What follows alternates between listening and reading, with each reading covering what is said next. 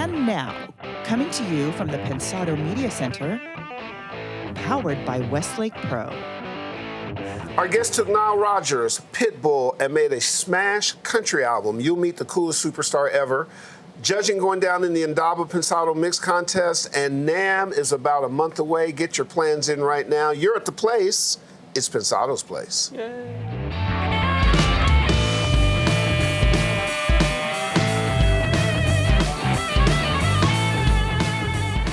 Man, I'm feeling festive. The holidays are here. They're here, man. Fun, huh? We were just back east in the weather, right? We'll talk about that in a second. That was it made me feel like Christmas. That was a little festive, right? Absolutely. I saw snow. Is that what you call the white stuff? Well, it depends on what you're asking me. I don't know. A person from South Florida is not accustomed You're talking about precipitation falling through the air that in is Miami, white. we're accustomed to certain white stuff, but the northern white stuff. I got you. I got you. I'm going to avoid all that. So I'm going to go back to the show. Can I do that? Yeah. Okay, cool. Let's do that. Hey, audio family. Trust your week was good. As Dave and I were talking about, please take a moment to get in the holiday spirit. Yeah. A big ho, ho, ho to our partners. They are the Blackbird Academy, Westlake Pro, Avid, DTS, Lander, Fab Factory, Recording Connection, and Studio 202 DC. Double yay for The Indaba Pensado contest winners announcement is in 2 weeks. Excitement is building up. You're getting ready to go through and do your Dave thing with all those. We're heading down the stretch. Yeah, absolutely. So make sure you tune in for that. As we alluded to earlier, Chongor, Dave, and I went to Boston. Give it 2 seconds on your thoughts about our trip. Well, I love meeting the people that create the tools that I use. It makes it more fun to use those tools. Yep. And when the people are special and just charismatic, and you can tell that they have a real love for music, it makes the tools even sound better. Great way to put it. And easier to use when you use them. And so Isotope really took great care of us. We knew they were great people, and hanging out in their backyard was so much fun. Hanging out with Avid too. I earned a living with both those tools. Absolutely. So it's just a wonderful experience. My first experience in Boston, I thought was kind of neat. We shot some really great shows.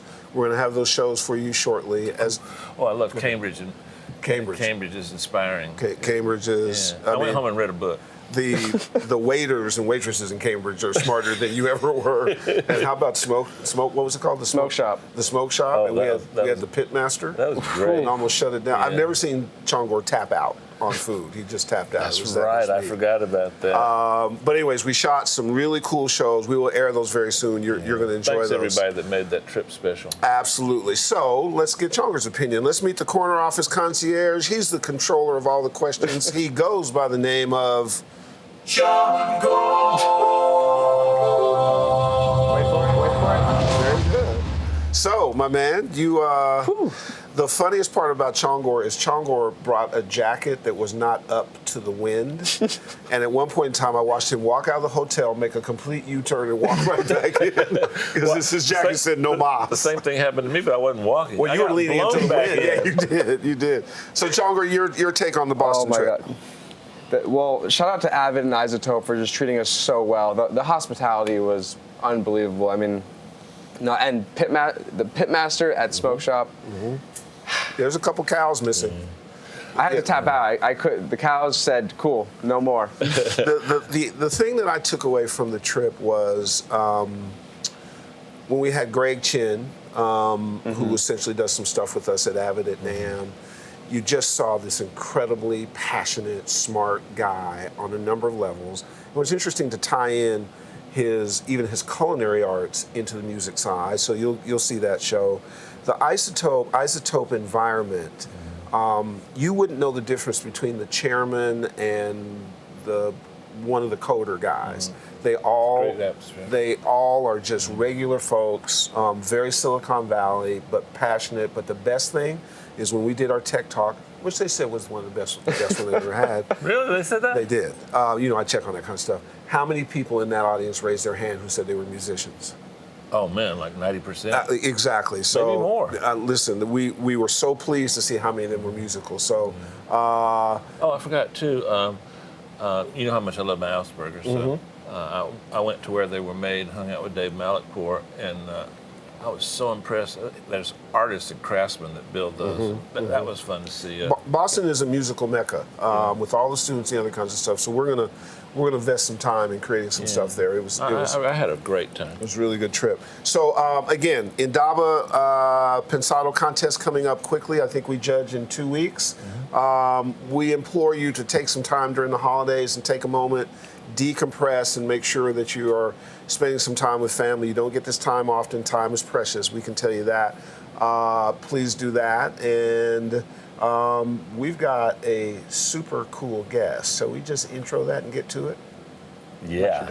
A couple months ago, Dave and I went to a symposium at East West Studios, and we had a chance to not only listen but hear Keith Urban discuss his incredible record, and he played it and was interviewed. This record, Ripcord, is just on fire.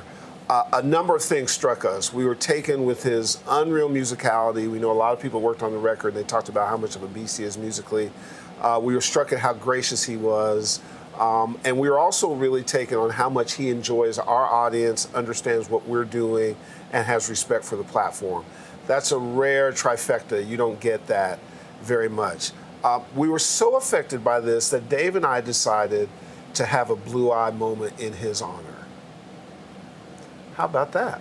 So, without further ado, here's our conversation with our newest favorite superstar, the one, the only, Keith Urban. Dave, you and I went to East West Studios about a couple months ago, and we walked out of there sort of changed guys, didn't we? Well, I left $1,000 on the seat because I felt like that's what the concert was worth that I just saw. Man, Keith, I'm telling you, buddy. Well, let's intro him. So what we got a chance to see, audience, is a guy that we've heard a lot about, and you're going to meet, but somebody we didn't really know. David worked with him before. It was my first time. And amongst a number of things that he is, which is from his friends, which we know, an incredible musician, a passionate artist, somebody who is a real person who has gone through real things and survived them and continues to, a tremendous husband, all kinds of stuff, a tremendous performer, and then happens to be also a superstar. And what was so cool about We Met is the superstar stuff was the last part. The cool vibe was the main part. Yeah. Welcome to the show, the one, the only Keith Urban. Yeah. Keith! Introduction. Pretty good. Yeah.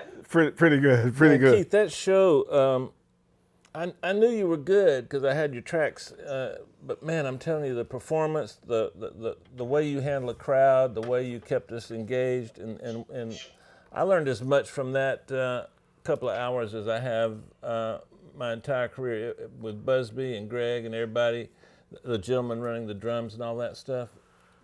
There's no question here, but man, all I gotta say is thanks. That was a wonderful, wonderful experience. The thing that was really cool for us is you're so collaborative in nature, and we'll get into the sort of places that you took this particular album with, which is having tremendous success and acceptance, and you pushed the envelope on it. But one of the things that we were all, sort of proud about is how many Pensadian family members worked on this with you. Busby, Greg Wells.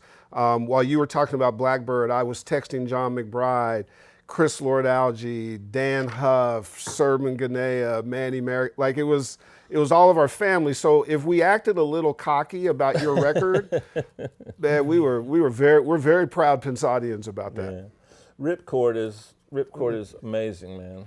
Great record. So in your choices for collaborators, how did you make those choices? Individual talent, just gut? What was the process?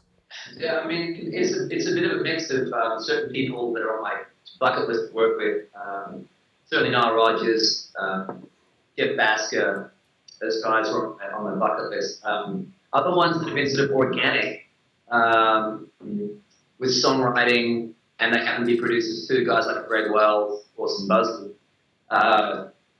And so a lot of the times it was just the song, would drive who I think was right to work with for that. But in other cases, we would write the song. Jeff Basker and Tyler Sam and I wrote the first song on the album, Gone Tomorrow.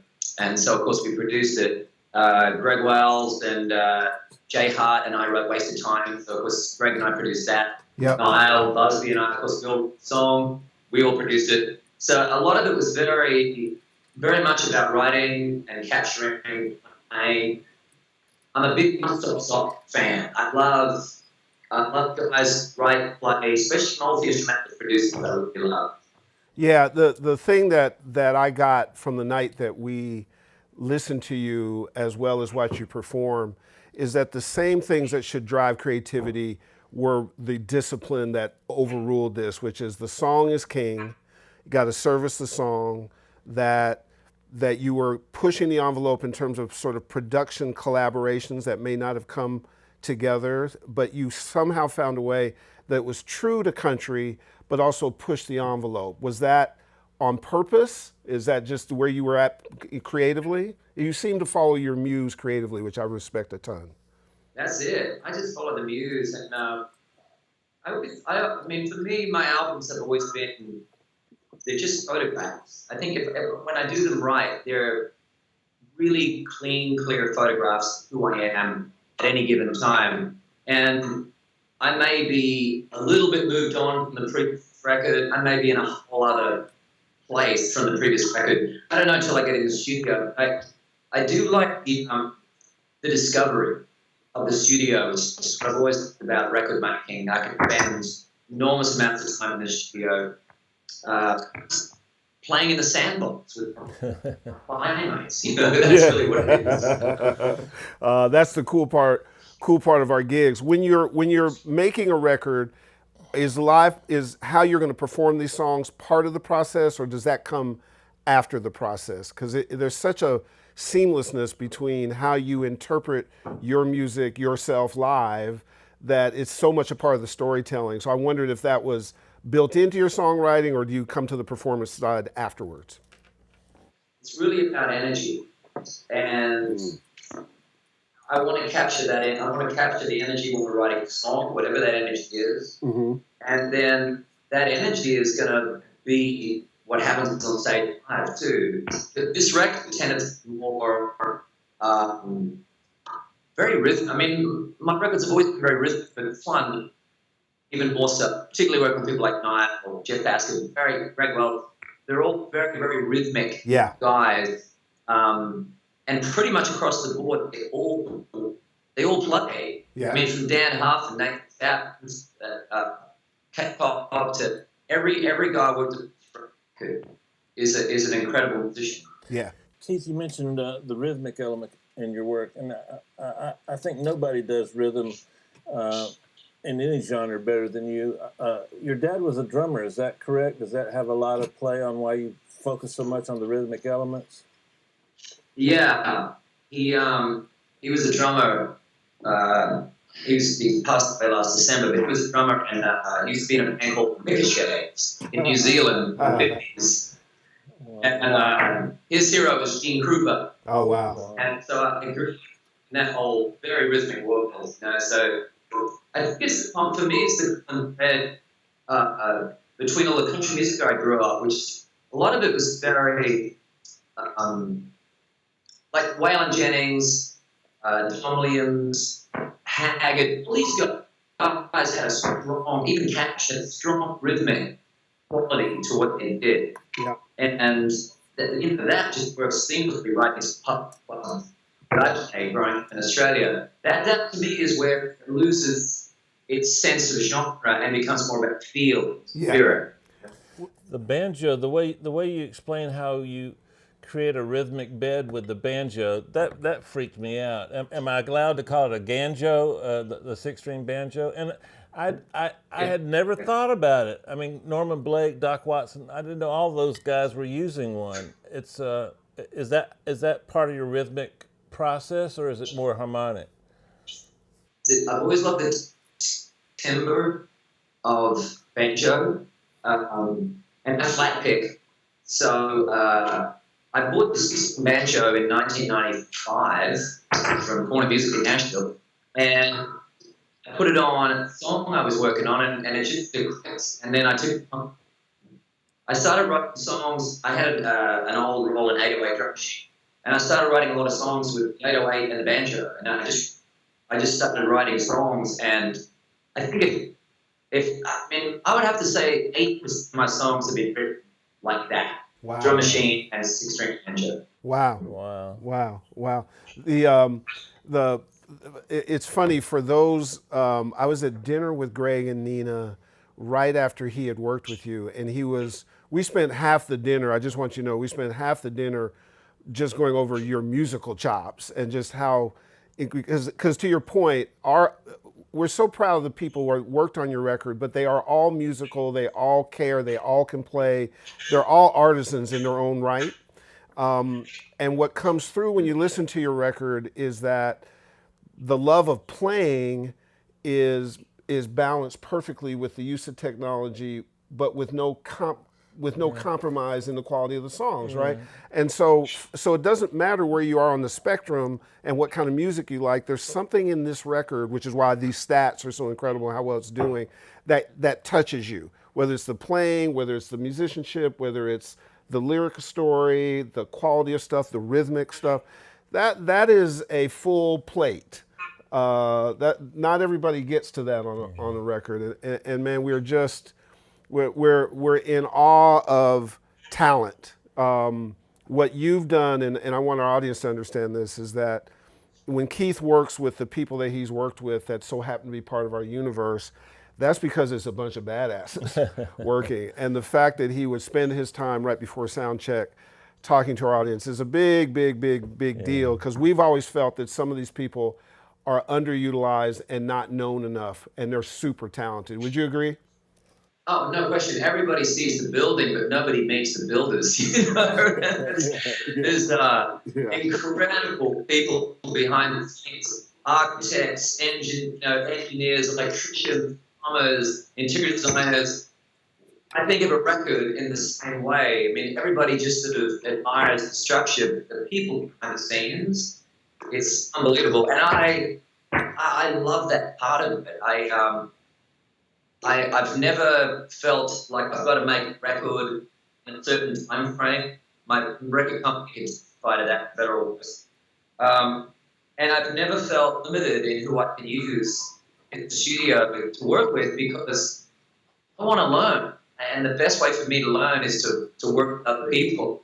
Everybody's going to teach me something. Yeah. Every single person I work with teaches me something. So I love that part of it. Yeah, I mean, it's literally what happens with the show. The people that sit to our left or on Skype, every week we learn something from, and we're inspired from, and then you find out these people are like ridiculously talented. And when I look at, I mean, the stats for the record are just through the roof. Rolling Stone 40 Best Country Albums of the Year, Billboard Top Country Album, songs that, Blue Ain't Your Color, Best Country Solo Performance, #1 Billboard Country, streaming stuff. There's just stat after stat after stat, which confirms that, because I don't think success is always the confirmation of great music, but it sure is nice when it comes with it. Keith, when you go into the studio, I know band dynamics and playing in a band is a part of how you like to create. How do you compensate for? Do you like to overdub a track at a time, or you try to get as much of a band performance interaction, particularly when you're working with Pino Palladino or somebody like that? What's your philosophy on that? Yeah. It all sounds so organic. It sounds like you actually played together a lot on all your albums. I think the song always tells me what it wants to do, and it gives me a starting point. A song like Little Chicago, which Matt Chamberlain and Pino Palladino both played on. We were at Starstruck Studios in Nashville, and the song's inherently, it's a 6/8, the waltz people. But I didn't want it to be a traditional sort of waltz feel and sound. Well, not feel, but the sound. And Matt went out and played. Pino played, and it felt good. It just didn't inspire me. It didn't sonically grab my attention. And then Matt Chamberlain started programming a little bit, and the programming he had, to me, was so linear, really sonic captivating. When Pino played along with the programming, I was like, okay, this is interesting to me. Let's approach it with the drum programming, and bass playing, maybe Dan Hunt can play a bit of guitar. We'll just keep minimal. Charlie Judd out there playing or something. We just sort of only put what we felt back needed to feel inspiring to build a track, and then add afterward. Most of the tracks I do when there's full players, everybody's mostly playing at the same time, pretty much. The Sun Don't Let Me Down, the little, let's call it a battle between you and Nile Rodgers. Will we ever get to see that battle live? He sat in with us at Staples. It was so great to play that song with him. How long did that take? How long did that take, man? That was amazing.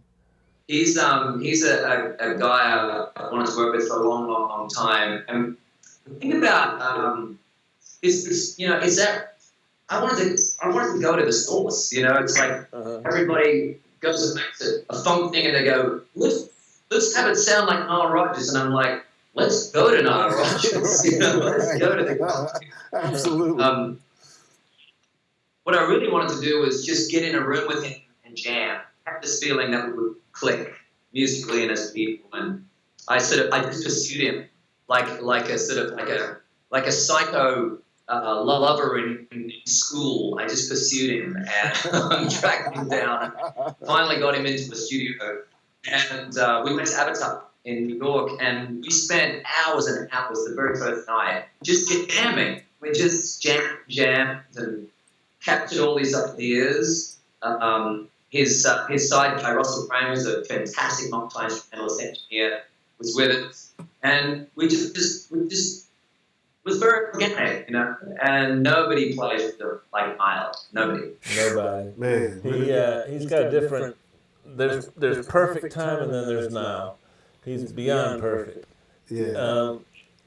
And on the other side of the curve, the duet with Carrie Underwood, you go into a Motown, you go into like a Marvin Gaye, Tammy Terrell vibe on that, and I thought that was incredibly well done. In fact, Fighter's my favorite song on the record, I think. A great song. I was thinking about that great new Radical song, You Only Get What You Give. I've always loved the spirit of that song. Yeah. So really, it's the spirit of that song that drove G and a part of Fire. Switching gears, Keith, one of the things for us is we have it's almost church-like the way we think about Nashville when we go to Nashville, the people we know in Nashville. Explain what Nashville means to you and just who you are in your persona. We think it's a magical city. It's protected by the musical gods, and it's just super special. Are we overstating that? What's your feel about Nashville? Good question. Well, I've lived there coming up on 25 years. Wow. I've always loved the fact that it has a ring freeway around, and that freeway is called 40. You can't make that up. That's right. That's exactly correct. I know when we go down, we do an event there It's amazing. It's just amazing, and it is a place that we feel honors music the way music should be honored, and where other places have lost that sort of feeling.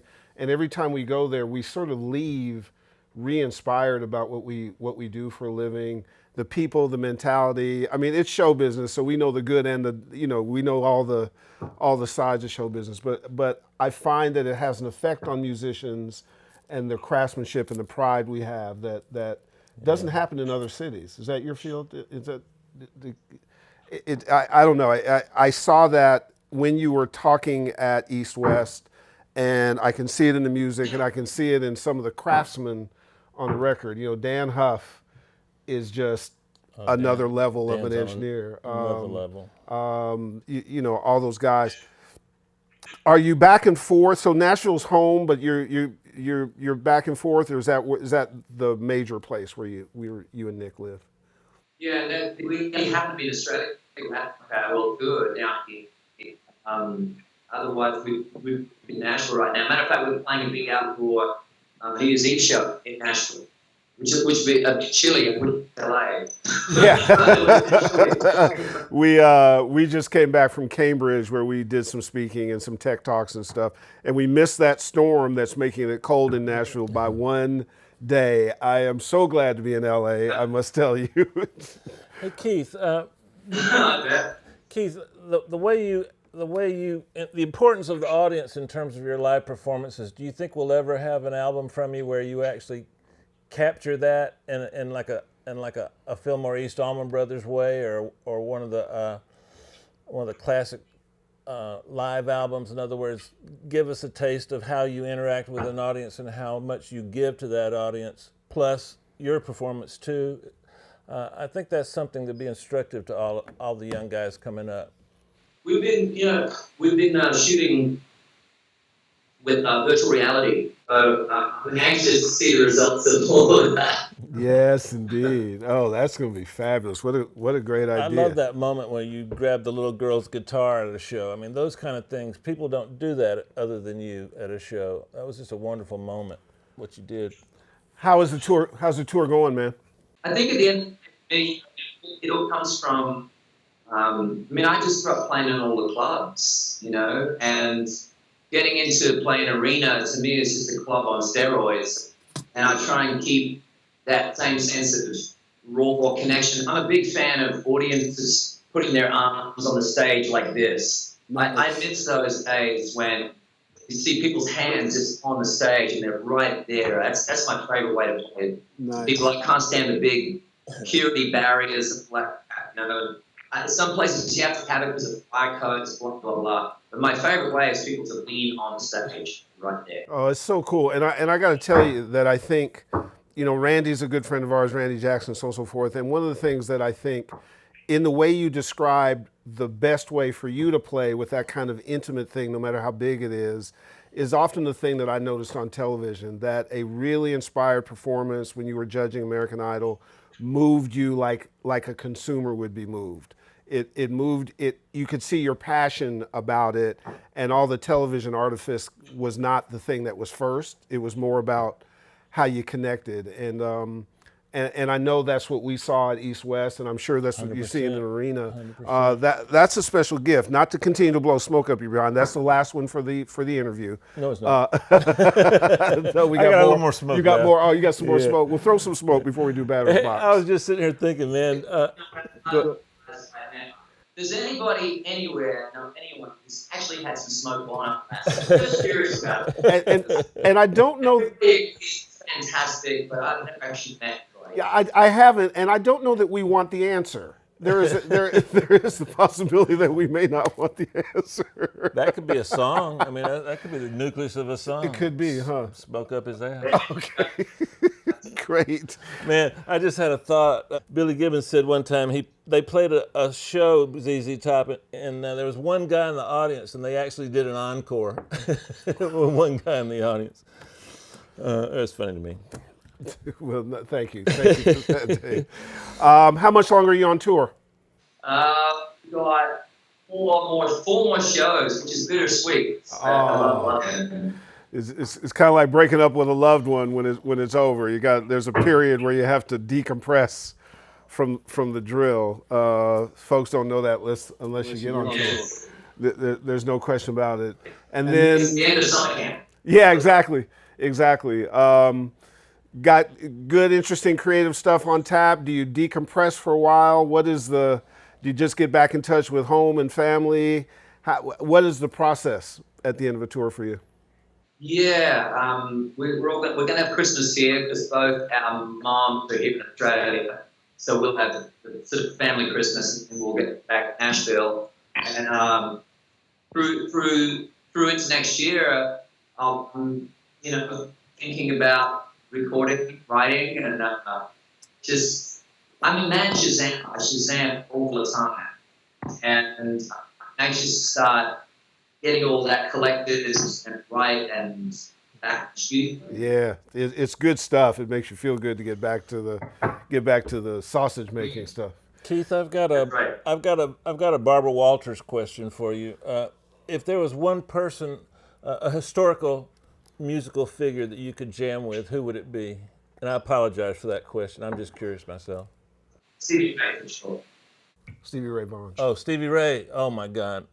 Yeah, I'm with you on that one as a guitar player. Yeah, you're a guitar player. You're in guitar heaven, aren't you? Well, Stevie Ray's moved up. He used to be 3, now he's 2. He could be 1 soon. A quick one I wanted to just touch on because we've had an experience. Obviously, you know Blackbird and John McBride and that crew. We are super fans of John and his passion about music and capturing sound and making sure the recording experience is just incredible, as well as his academy. We're very familiar with his academy. In that level of craftsmanship, really the name of the game on how to really operate at a super high level. Is that what you find at the Blackbird, in the Blackbird experience? Well, yeah, we've done so much recording at Blackbird over the years. He just knows how to do it. I mean, he's set up multiple environments, different consoles, which I'm a big fan of. So the console's going to have a lot of personality on track. The room makes you play a certain way, but in a room, not just the sound.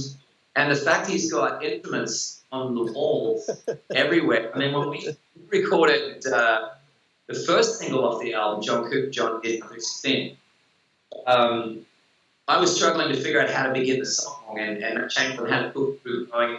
We tried a bunch of different instruments, and it was a bass hanging on the wall, 67 P-bass.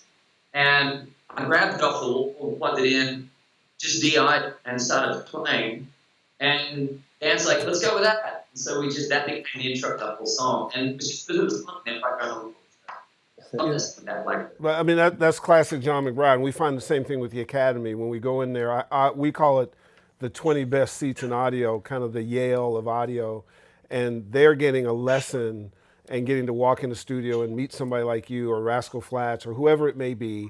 And it's just an elevated experience. He's been that way for the show as well. The other thing about Nashville that we had an experience with that you did as well too is there was a student at Blackbird, had an accident, almost severed his spine. We utilized our award show to raise a bunch of money for him. And then we called Music Cares, and man, they stepped up and paid this guy's rent.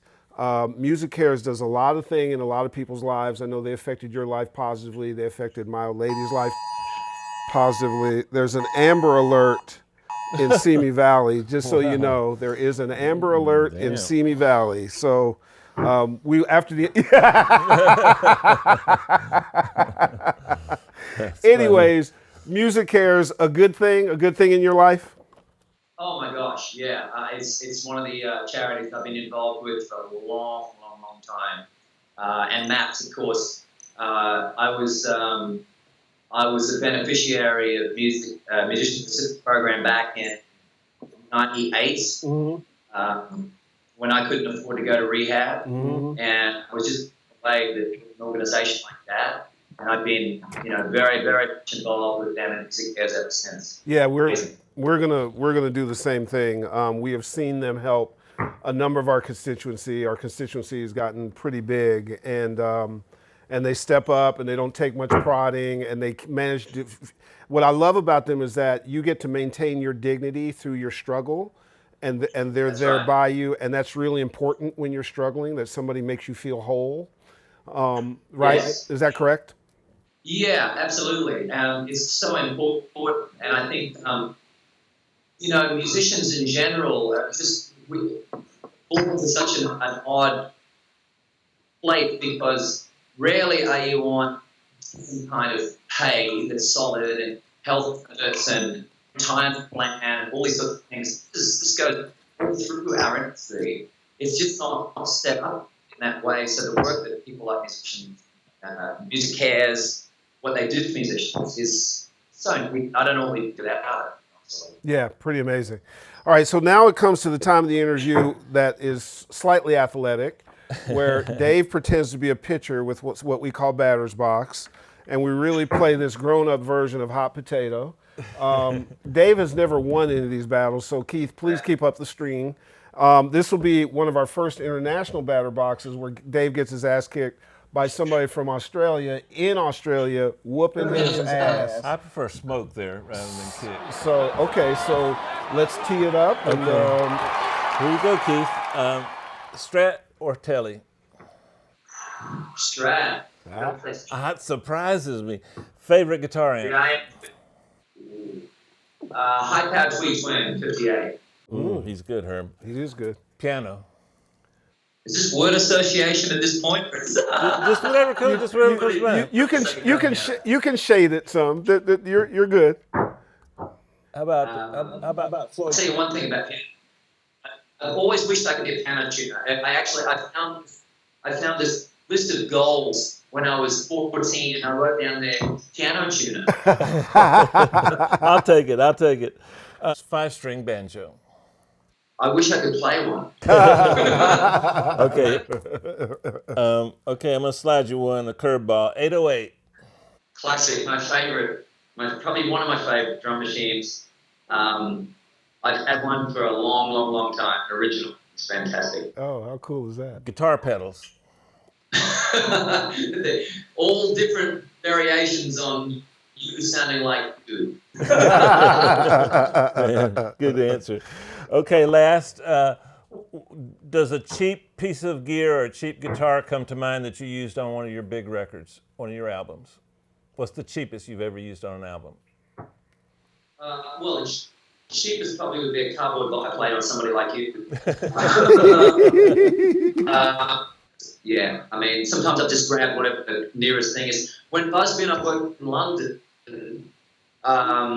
we needed a banjo sound, and there was some non-brand like Ripcord guitar, right? Right? It was like that brand, and we DI'd it, and that's what you hear on the intro of this. Oh, how cool is that? How cool is that? I didn't. Well, Keith, do you have? I'm done. Oh no, he got me. He won. No, you needed. I thought I had him at piano, but he came. No, he Aussie whooped your ass, which is a good thing. A lot of software, Keith. Are you a big user of software? What's some of the favorite software you like to use? Is there probably a bunch? Is there anything that comes to mind that stands out? I'm so old school with how I work predominantly. I mean, obviously we did most of the record when we were recording. Most of it was all Pro Tool based. But what I loved working with Jeff Basker and Tyler out at East West was he loved to record drums on a 2-inch tape. Oh, really? Which is fantastic. Nice. And it's just nothing sounds like it. Yeah, no, that's true, right? That's absolutely correct. Well, man, look, I know you got a software. You have a sound check coming up, of which maybe some software will be used at the sound check. I can tell you on behalf of our audience that we've been blessed to grow. We thought that a long time. We thought 5 years ago. I think this is our 290th episode.